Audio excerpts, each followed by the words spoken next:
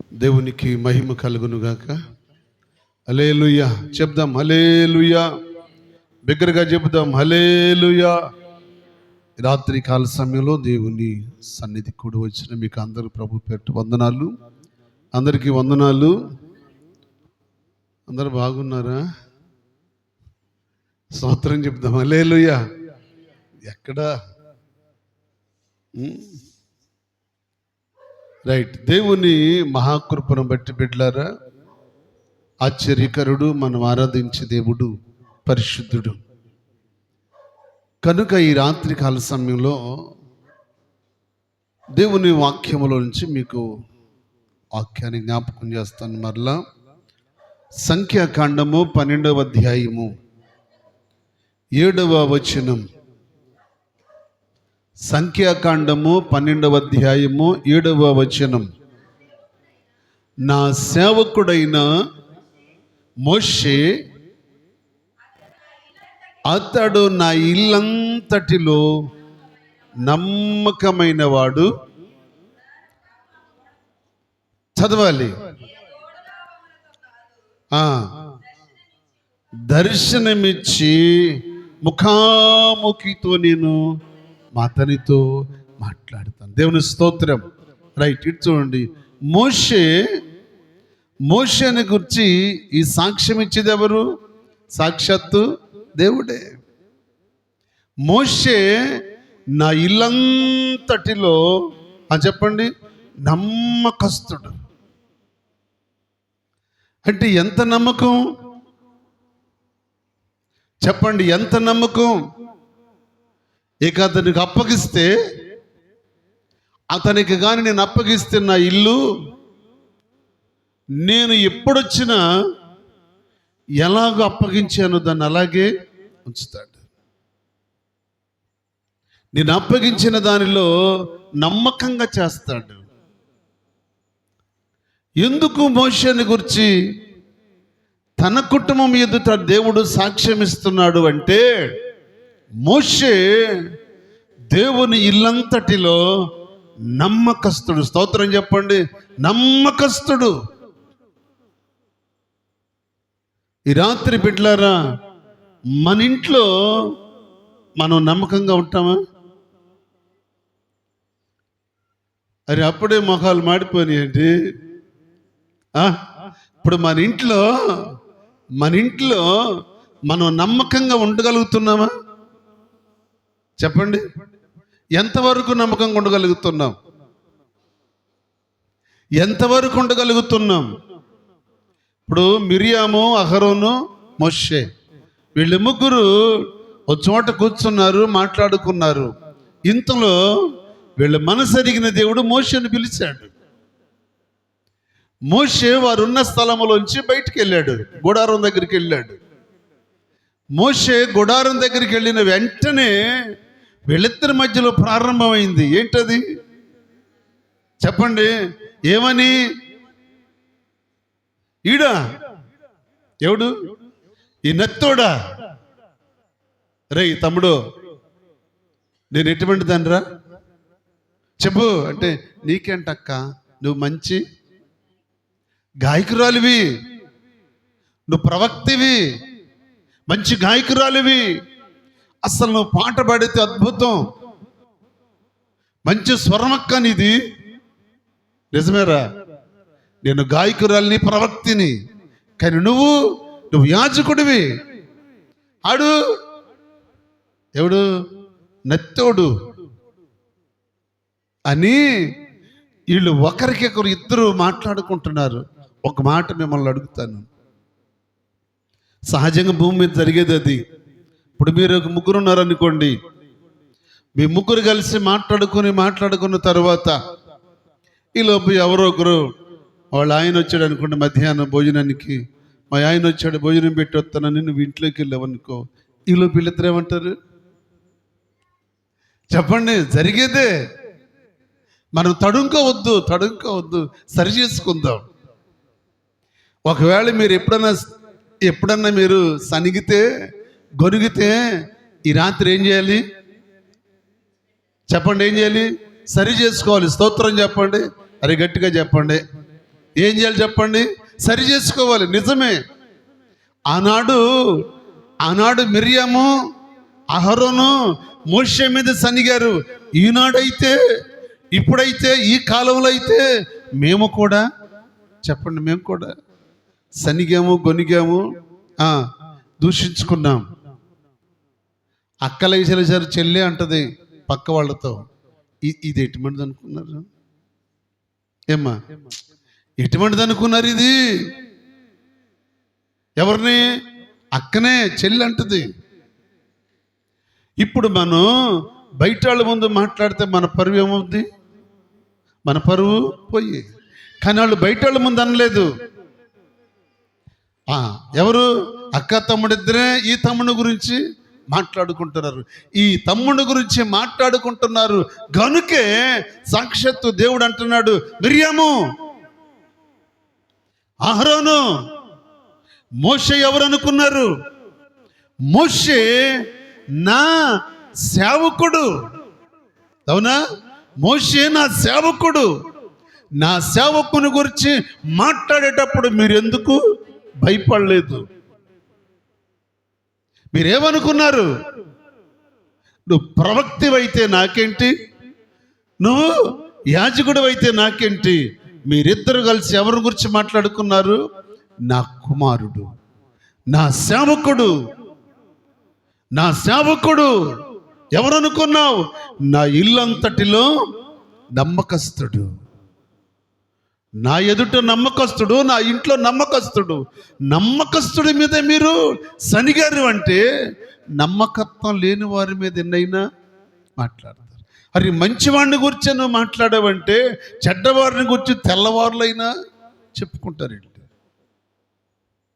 బిడ్డలారా, మోషే, సాక్షాత్తు మోషేను దేవుడే పిలిచి, ఇదిగో ఈ నా కుమారుడు నా ఇల్లంతట్లో నమ్మకస్తుడు. జాగ్రత్త, నా సేవకుని గురించి మాట్లాడేటప్పుడు మీరు ఎందుకు భయపడలేదు? నా దేవుని బిడ్డలారా, మన ఒకరికొకరు మాట్లాడుకునేటప్పుడు చెవి యొక్క ఎవరు ఆలకిస్తారు? దేవుడే. ఉందా వాక్యంలో? ఏమా ఉందా? తెలుసా మీకు ఎవరికైనా? మీరు ఒకరికొకరు మాట్లాడుకొనుచుండగా యెహోవా చెవి యొగ్గి ఆలకిస్తాడు. ఆయన చెవి యొగ్గి ఆలకిస్తాడు. ఎందుకని?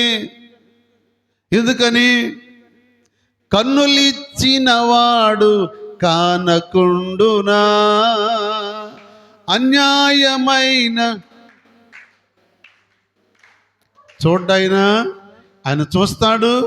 కానే దేవుడు, వినే దేవుడు. స్తోత్రం చెప్పండి. ఆయన చెవి యొగ్గి ఆలకిస్తాడు. ఇప్పుడు దేవుడు మనకి 2 చెవులు పెట్టాడు కదా. ఎన్ని చెవులు ఉండే? 2 కదా. 2 చెవులు, 2 కళ్ళు, 2 ముక్కులు, 2 కళ్ళు. నోరు కూడా 2 పెట్టాలి కదా. మాట్లాడరేంటి? ఇప్పుడు చెవులు 2 ఉన్నప్పుడు, కళ్ళు 2 ఉన్నప్పుడు, ముక్కులు 2 ఉన్నప్పుడు, అన్నీ 2 ఉన్నాయి. మరి ఎందుకని దేవుడు నోరు ఒకటే పెట్టాడు? మాట్లాడరా? ఈ ఒకటే కొంపలో, ఒకటే కొంపల్లో చిచ్చు పెడుద్ది, తగలబెడుద్ది. 2 నోర్లు ఉంటే ఇంకేమైనా ఉందా? అందుకే వినటానికి 2 చెవులు, మాట్లాడటానికి 1 నోరు. వాక్యంలో రాయబడిన మాట ఏంటో తెలుసా? వినుటకు వేగిరపడుడి, మాట్లాడుటకు నిదానించుడి. ప్రభుకు మహిమ కలుగునుగాక. హల్లెలూయా. ఎంతమంది వినటానికి వేగిరపడతారు, మాట్లాడటానికి నిదానిస్తారు. మన కామంటుంది దీని పాము చెవులు. ఏం చెవులు అని ఎందుకు వర్ణించింది? ఏమా పాము చెవులను ఎందుకు వర్ణించింది? మనిషి కదా, మనిషి చెవులు కదా, మరి పావుని ఎందుకు పోల్చింది అంటే ఇక్కడుండి పావు పావు పావు అంటే అది అక్కడి నుంచి అంటే ఎలా తెలుస్తుంది దానికి? మన మాటకి భూమి ఎర్త్ అవుతుంది, దానికి వినపడుతుంది. పాములకు చెవులు ఉండయా లేవా? సైన్స్ ఏం చెప్తుంది? ఉండవు కదా.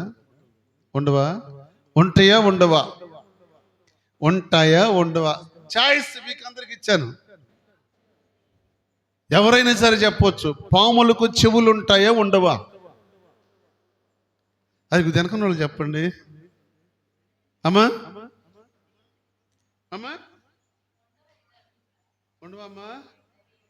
వందనాలమ్మా. ఇంకా చెప్పండి. చెప్పిన వాళ్ళకల్లా వందనాలు చెప్తా నేను. పాములకు చెవులు ఉంటాయా ఉండవా? మరి దేవుడు ఏమన్నాడు? చెవిటి పాములు అన్నాడు. అన్నాడా? అన్నాడా? అంటే చెవిటి పాములు అంటే వినపడే పాములు ఉన్నాయా? వినపంచుకునే పాములు ఉన్నాయి, చెవిటి పాములు కూడా ఉన్నాయి. మంత్రగాడు ఎంతగా మంత్రించినా ఆ పాములకి వినపడదు. కారణం ఏంటో తెలుసా? ఆ ఏ పాములు? చెవిటి పాములు. ఇప్పుడు చెప్పండి, పాములకు చెవులు ఉన్నాయా లేదా? ఉన్నాయి. స్తోత్రం చెప్పండి. ఉన్నాయి. చెవులు లేకుండా ఏది బతుకుద్దండి? వినికిడి కావాలి కదా, వినాలి కదా. అంటారు అది నాలుకి భూమిని అనుస్తుంది, ఇక్కడ మాట్లాడుకునే మాటలు దానికి ఎర్త్ అవుతాయి, వినపడద్దు అంటారు. కరెక్టే. కానీ దానికి ఏమున్నాయి? చెవులు ఉన్నాయి. అంటే చాలా ఎంత సైలెంట్గా మాట్లాడిన దానికి వినపడుతుంది. కొంతమంది కూడా అంతే, సైలెంట్గా ఎంత మెల్లిగా మాట్లాడినా అసలు వాళ్ళకి సైకాలజీ బాగా అర్థం అవుద్దు, ఏమర్థం కాదు. అసలు ఎంత మెల్లిగానే మాట్లాడు, మీరు అన్నయ్య మాకు తెలుసులే అంటారు. అంటే ఎడ తెలుస్తాయి? వీళ్ళకేం చెవులు ఉంటే చెప్పరేంటి? రైట్. బిడ్డలారా, వినేవారు వేగిరపడి వినాలి, మాట్లాడేవాళ్ళు నిదానంగా మాట్లాడాలి, ఆచితూచి మాట్లాడాలి, చాలా జాగ్రత్తగా మాట్లాడాలి. కొంతమంది ఉంటారు గంటలాగా మాట్లాడతారు, కొంతమంది మొదలు పెట్టారనుకుంటే టేప్ రికార్డ్ అని ఆగుద్ది, వీళ్ళు మాత్రం ఆగరు. కానీ అది కాదు దేవుని పిల్లలకి. దేవుని పిల్లలు ఎప్పుడు కూడా లిమిటెడ్లో ఉండాలి. లిమిటెడ్. ఎక్కువ మాట్లాడకూడదు. ఎందుకో తెలుసా? ఎక్కువ మాటల వల్ల ఏముంటుంది? దోషం ఉంటుంది. చాలా జాగ్రత్తగా మాట్లాడాలి. విషయాలు ఏంటో అవసరమైన దాన్నే మాట్లాడాలి, లేకపోతే మాట్లాడకూడదు. అది దేవుని పిల్లలు నేర్చుకోవాలి. ఎందుకో తెలుసా? అది పరిశుద్ధులకు తగదు. ఈ రాత్రి కాలం ముందు బిడ్డలారా, వీళ్ళిద్దరూ ఎవరిద్దరు? అహరోను మిరియామా? మిరియామా అహరోనా? ఎవరు పెద్దోళ్ళు? కదగా. కానీ మనం చెప్పాలంటే మోషే, అహరోను, మిరియామ అంటాం. కానీ పెద్దవాళ్ళు ఆఖరణ వస్తారు. రైట్. ఏదేమన్నా కానివ్వండి, వాళ్ళిద్దరూ సనిగుతూ ఉంటే దేవుడు పిలిచి అంటాడు, ఇదిగో మీరు త్వరగా రండి గుడారం దగ్గరికి. Start immediately. వెంటనే లేచారు, గుడారం కాడికి వెళ్ళారు. వెంటనే దేవుడు మేఘములో ఉండి వారితో ముఖాముఖిగా మాట్లాడుతున్నాడు. మిరియాము, నా సేవకుడైన మోషేను ఏమన్నావు? ఏమనలేదు ప్రభువా. నేనేమన్నాను? నా తమ్ముడిని ఆడుగాని నా తమ్ముడికి నేనేమన్నా? చెప్పరే. కావలి వాడిని అన్నట్టు ఏమి కూడా నా తమ్ముడు నేనేమన్నాను? ఆ పరిస్థితుల్లో ఉన్నప్పుడు దేవుడు అంటున్నాడు, మిరియాము, నా సేవకుడైన మోషే విషయంలో నువ్వెందుకు తొందరపడి మాట్లాడావు? ఎవరనుకున్నావు? నా సేవకుడు. అతడు నా ఇల్లంతటిలో నమ్మకస్తుడి మీద మాట్లాడతావా? ఒక్కసారి నిన్ను నువ్వు చూసుకో అన్నాడు. మిరియాము మీదకి శాపం పంపించింది డైరెక్ట్గా ఎవరు? దేవుడే.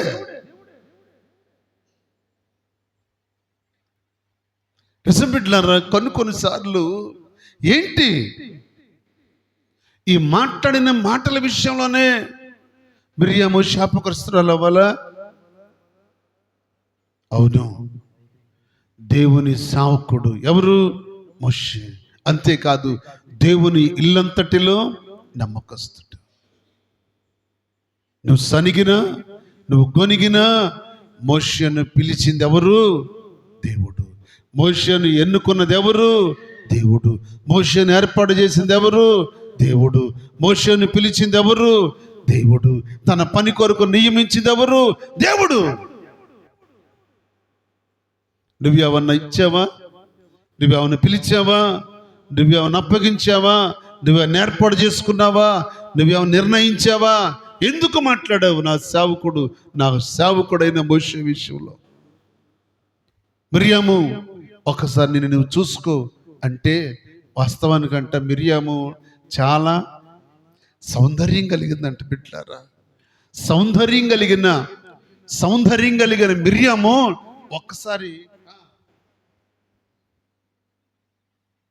ఒక్కసారి ఇలాగ చూసుకుంటే శరీరం అంతా కూడా ఏముంది? తెల్లటి, చెప్పండి, తెల్లటి మచ్చలు. అది చూసుకున్న మిరియాము పరిగెత్తింది ఎక్కడికి? గుడారంలోకి దాక్కుంది. గుడారంలోకి వెళ్ళి దాక్కుంది. మోషే, అయ్యా నా అక్కను నేను ఈ కళ్ళతో చూడలేనయ్యా. నా అక్కని ఈ కళ్ళతో చూడలేనయ్యా. ఆమె పరిస్థితి మారిపోయిందయ్యా. అయ్యా, నా అక్క స్థితిని మరలా నువ్వు. ఎవరు ప్రార్థన చేశారు? అహరోను ఏమైనా చేశాడా? చేయలేదండి. బిడ్డలారా, మరల మోషే దేవుని సముఖానికి వెళ్ళి దేవుని పాదాల మీద పడి ప్రార్థన చేసి ప్రాధేయపడి అడిగితే మరలా వచ్చేసరికి చెప్పండి, మిరియాము ఎప్పట్లాగానే ఉంది. దేవునికి మహిమ కలుగునుగాక. మోషే ప్రార్థన అంటే మోషే మీద సనిగిన, మోషే మీద గొనిగిన మోషే వారి కొరకు ప్రార్థన చేశాడు. నమ్మకస్తుడు. చెప్పండి, ఎవరు? నమ్మకస్తుడు. బిడ్డలారా, నేను అదే చెప్తాను మీకు ఎప్పుడు. ప్రతి విషయంలో నమ్మకంగా ఉండండి చాలు. నమ్మకత్వాన్ని పోగొట్టుకోవద్దు. చిన్న చిన్న వాటికి, అల్పమైన వాటికి అబద్ధాలు ఆడొద్దు. చిన్న వాటికి అబద్ధం ఆడొద్దు. కొంతమంది ఉంటారు తల్లులు, వండిన కూర చెప్పరు కదా. అక్క ఈరోజు ఏం కూర వండావంటే అసలు వండిందే చెప్పకుండా ఇంకొకటి చెప్తుంది. ఇంట్లోకి వచ్చాను పట్టుకుపోతారా అంటే కొంచెంలోనే చెప్పరేంటి? కొంచెంలో ఏమి లేదు, నమ్మకత్వం లేదు. బిడ్డలారా, మనము దేవుని పిల్లలం. ఆయన మనలను నమ్మి నిన్ను మందిరములో కూర్చోబెట్టాడు. దేవునికి స్తోత్రం. నిన్ను నమ్మి ఆయన రక్తంతో నిన్ను కడిగాడు. నన్ను నమ్మి అది చిన్న అల్పమైనవి. జ్ఞాని అంటాడు, కొంచెము బుద్ధిహీనత త్రాసులో వేయగా జ్ఞానమును ఘనతను తెలియజేస్తుంది. ఎంతంట చెప్పండి, ఎంత? కొంచెమే, చిన్నదే, అల్పమైనది. బిడ్డలారా, ఇంకెన్ని సంవత్సరాలకి మనలో స్థిరత్వం వస్తుంది? ఎన్ని సంవత్సరాలకి మనలో నమ్మకత్వం కుదురుతుంది? ఎంతకాలానికి నమ్మకత్వం కుదురుతుంది దేవునికి మన పట్ల? నన్ను నమ్మి మనకంటూ ఒక బాధ్యతనిచ్చి ఆయన చూస్తూ ఉన్నాడు బిడ్డలారా. ఎందులో నమ్మకం ఉంటాం మనం? చెప్పండి, ఎందులో నమ్మకం ఉంటాం? నలుగురు పిల్లలుంటే, నలుగురు బిడ్డలుంటే, నలుగురికి అన్నం పెడితే నలుగురిలో ఎవరికో ఒకరికి ఎక్కి వేస్తావు. ఎందుకని? నలుగురిలో ఎవరికో ఒకరు కొంచెం 2 పీసులు ఎక్కి వేస్తావు. ఎందుకని? వాడు నీకు ఇష్టం, ఆ అమ్మాయి నీకు ఇష్టం. కూతురైనా కొడుకులైనా, 2 కొడుకులు 2 కూతుళ్ళు ఉన్నా ఏదో ఒక కూతురికి 4 పీసులు ఎక్కి వేస్తుంది ఈ తల్లి. ఎంత ప్రేమో కదా! తల్లి నమ్మకత్వాన్ని కోల్పోయి వేస్తే ఈ ముగ్గురు ఎటు చూస్తారు? అటే చూస్తారు.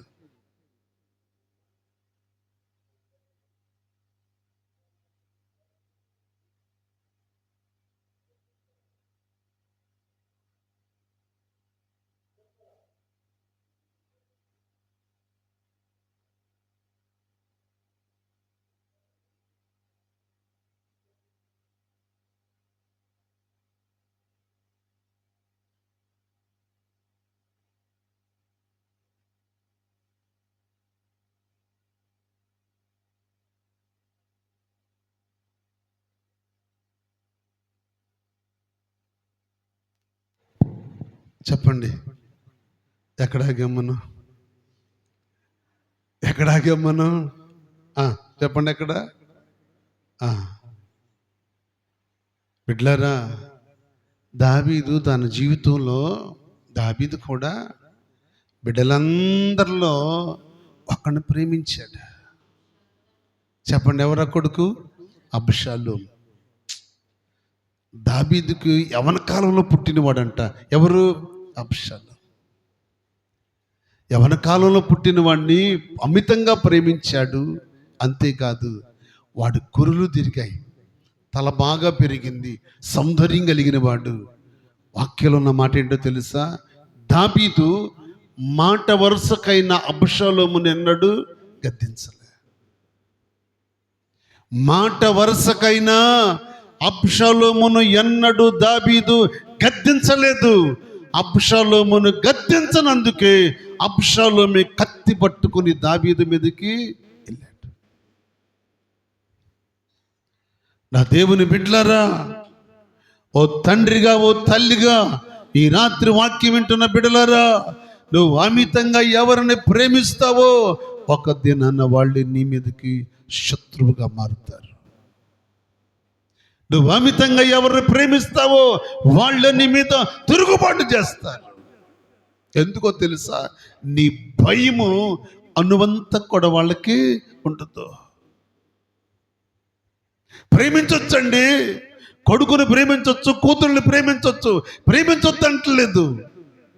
కానీ తల్లి నమ్మకత్వాన్ని చెడగొడుతుంది, తండ్రి నమ్మకత్వాన్ని చెడగొట్టాడు. బిడ్డలారా, యాకోబుకి కొడుకులు ఎంతమంది? అవును కదా. 11వ వాడు ఎవరు అమ్మా? 11వ వాడు యోసేపు. యోసేపును అమితంగా ప్రేమించాడు. ఎవరు? తండ్రి. ఎందుకో తెలుసా? యోసేపును ఇష్టంగా ప్రేమించి విచిత్రమైన అంగి, అవునా, ఉందా వాక్యంలో? విచిత్రమైన అంగి కుట్టించినందుకు యోసేపు మీద అన్నలందరూ అసూయపడ్డారు. 10 మంది అసూయపడ్డారు. యోసేపు అంగి వేసుకున్నాడని యోసేపు మీద 10 మంది అన్నలు అసూయపడ్డారు, ఒక బెన్యామీను తప్ప. ఆ విషయాల్లో యోసేపుకి దేవుడు దర్శనమిచ్చాడు. ఏమన్నా తెలుసా? చెప్పండి. పొలము కోసారు, ఒక పనేమో నిలబడి ఉంది, 10 పనులు, మిగిలిన పనులేమో దాని చుట్టూ సాగిలి పడ్డాయని అన్నలకి మరింత కోపం వచ్చింది. మరలా దర్శనం ఇచ్చాడు దేవుడు. అదేంటో తెలుసా? 12 నక్షత్రాలు, సూర్యచంద్రులు ఈ నక్షత్రానికి సాగిలపడి. తల్లిదండ్రులకు కూడా కోపం వచ్చింది. మేమేంటి, నీకు సాగిలపడటం ఏంటి? బిడ్డలారా, ఈ దర్శనం, ఈ కళ వాస్తవానికి తండ్రికి అర్థం కాలేదు, అన్నలకు కూడా అర్థం కాలేదు. వీళ్ళకి కోపం వచ్చి ఒక రోజున తండ్రి అన్నలకి ఆహారం పంపించాడు. అంత దూరంలో ఉండగా చూసి అంటున్నారు, రే ఇదిగో కలలుగానే వాడు వస్తున్నాడు. ఎవడు? కలలుగానే వాడు వస్తున్నాడు. ఈ రోజుతో వాడి కలలన్నీ మాఫీ చేయాలి. ప్లాన్ చేసుకున్నారు. వాడు దగ్గరకు వచ్చేసరికి వీళ్ళు మేకపోతను ఉదించి రక్తం పట్టుకున్నారు. యోసేపును పట్టుకున్నారు, అంగి తీసేశారు, రక్తములో ముంచారు. యోసేపును గుంటలో పడేశారు. ఈ అంగి పట్టుకుని ఎక్కడికి వెళ్ళారు? తండ్రి దగ్గరికి వెళ్ళారు. ఇప్పుడు కొడుకు మీద ఉన్న నమ్మకత్వం తండ్రికి ఉందా, పోయిందా? ఎందుకని? నిశ్చయముగా నా కుమారుడిని దుష్ట మృగాలే చంపేశాయి అంటే చెప్పండి, ఎలాగో సెట్ అయింది అది? అంగి అంతా కూడా రక్తపు మరకలతో ఉంది కనుక. అక్కడేమన్నాడు? ఇదిగో తడిమి చూసి అన్నాడు, నిశ్చయముగా ఇతడు ఏశావే. కానీ ఎవరు? యాకోబు. అంటే ఇతడు సరిపోయాడు అన్నాడు అక్కడ. కొన్నిసార్లు మనకు అర్థం కాదు ఆ ప్రేమ. బిడ్డలారా, కొన్నిసార్లు ఆ ప్రేమే మనకు విషంగా మారుతుంది. యోసేపు ఎంత నమ్మకస్తుడో, గోతులు పడదోసిన అన్నల్ని అన్నాడు మాట కూడా. స్తోత్రం చెప్పండి, చప్పట్లు కొట్టండి ఒకసారి ప్రభుకి, బిగ్గరగా కొట్టాలి. హల్లెలూయా. యోసేపును గోతులో పడదోసిన యోసేపు అన్నల్నేమి పన్నెత్తి మాట కూడా అనలే. బిడ్డలారా, యోసేపు గోతులో మౌనంగా ఉన్నాడు. మొత్తం మీద సాయంకాలానికి ఎవరై ఆడ గోతులు చచ్చిపోతాడేమో, రా గోతులు ఎందుకు రాని ఆ అన్నయ్య జాలి తలిచాడు. అన్న జాలి తలిసి వాడిని గోతులోంచి బయటికి తీసి వీళ్ళందరూ కలిసి ఆ వర్తకులు వెళ్తున్నారు. ఇష్మాయిలీలు ఒంటెల మీద వెళ్తా ఉంటే వర్తకులకు అమ్ముకున్నారు. ఎవరిని? బిడ్డ చూడండి, యోసేపు ఎంత విలువ కలిగినోడో మీరు అర్థం చేసుకోవాలి. ఈ 10 మందిని ఎవడన్నా రూపాయి పెట్టుకున్నాడా? ఏమా రూపాయి పెట్టి అప్పుడప్పుడు అంటారు, ఏందుగా నువ్వు మాట్లాడుతున్నావేంట, నీ నెత్తి మీద దమ్ముడి పెడితే పనికిరావే అంటాడు భర్త. ఎంత ఇది దమ్ముడికి పనికిరాదని అంటాడు అత్తైనా మామైనా భర్త అయినా. నెత్తి మీద అంటే దమ్ముడి పెడితే ఇది విలువ ఉండదు అంటారు. పోనీ అనుకోనివ్వండి, అనుకున్నారు. పడినవాడు ఎన్నడు చెడిపోడు. యోసేపు చెడిపోతున్నాడా? నో. ఇష్మాయిలీలు యోసేపును వెలపెట్టి కొన్నారు. బైబిల్లో వెల ఇచ్చి కొన్నబడిన వాళ్ళు ఎంతమంది? అరి చెప్పండి. యేసు ప్రభు వారి తర్వాత వాళ్ళు అక్కడి నుంచి తీసుకుని వెళ్ళి ఐగుప్తు దేశం వెళ్ళాక యోసేపు వాళ్ళకి భారం అయ్యాడట. ఏమయ్యాడు?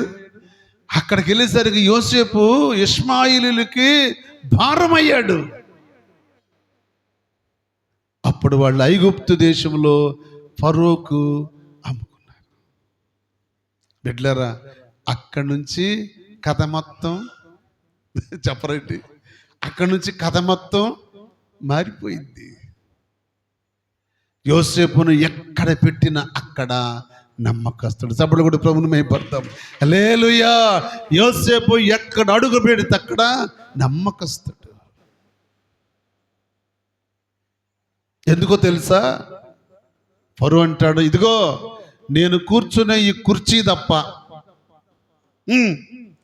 నా ఇల్లేమి, పొలమేమి, ప్రజలేమి అన్నీ కూడా చెప్పండి నీ మాట వినాలి. దేవుని స్తోత్రం. ఎంత భాగ్యం అండి అది. అమ్మబడిన వాడు బానిస, వెలబెట్టి కొన్నవాడు ఇప్పుడు ఐగుప్తు దేశానికే చెప్పండి ప్రధాని అయ్యాడు. దేవునికి స్తోత్రం. హల్లెలూయా. ప్రధాని అవటమే కాదు బిడ్డలారా, యోసేపు ఎక్కడ అడుగు పెడితే అక్కడే నమ్మకస్తుడు. దీవెన. పొలములో అడుగు పెడితే పొలాలు దీవించబడతాయి, ఇంట్లో ఉంటే ఇల్లు దీవెన, రాజు అంతా కూడా ఆశీర్వాదమే. విచిత్రం ఏంటో తెలుసా? రాజు అంటాడు, నా కుర్చీ తప్ప అంతా నీ ఇష్టం అన్నాడు. అంత స్వాతంత్ర్యం వచ్చినప్పుడు, అంత అధికారం వచ్చినప్పుడు యోసేపు దేనికైనా చెప్పండి అంత ఫ్రీనెస్ ఇచ్చినప్పుడు యోసేపుకు ఐగుప్తు దేశం అంతా కూడా ఫ్రీడమే. ఇంకో మాట ఏంటో తెలుసా? ఇదిగో యోసేపు, నీ మాట సెలవు లేకుండా ఈ దేశములో ఒకడు కాలైనను చెయ్యైనను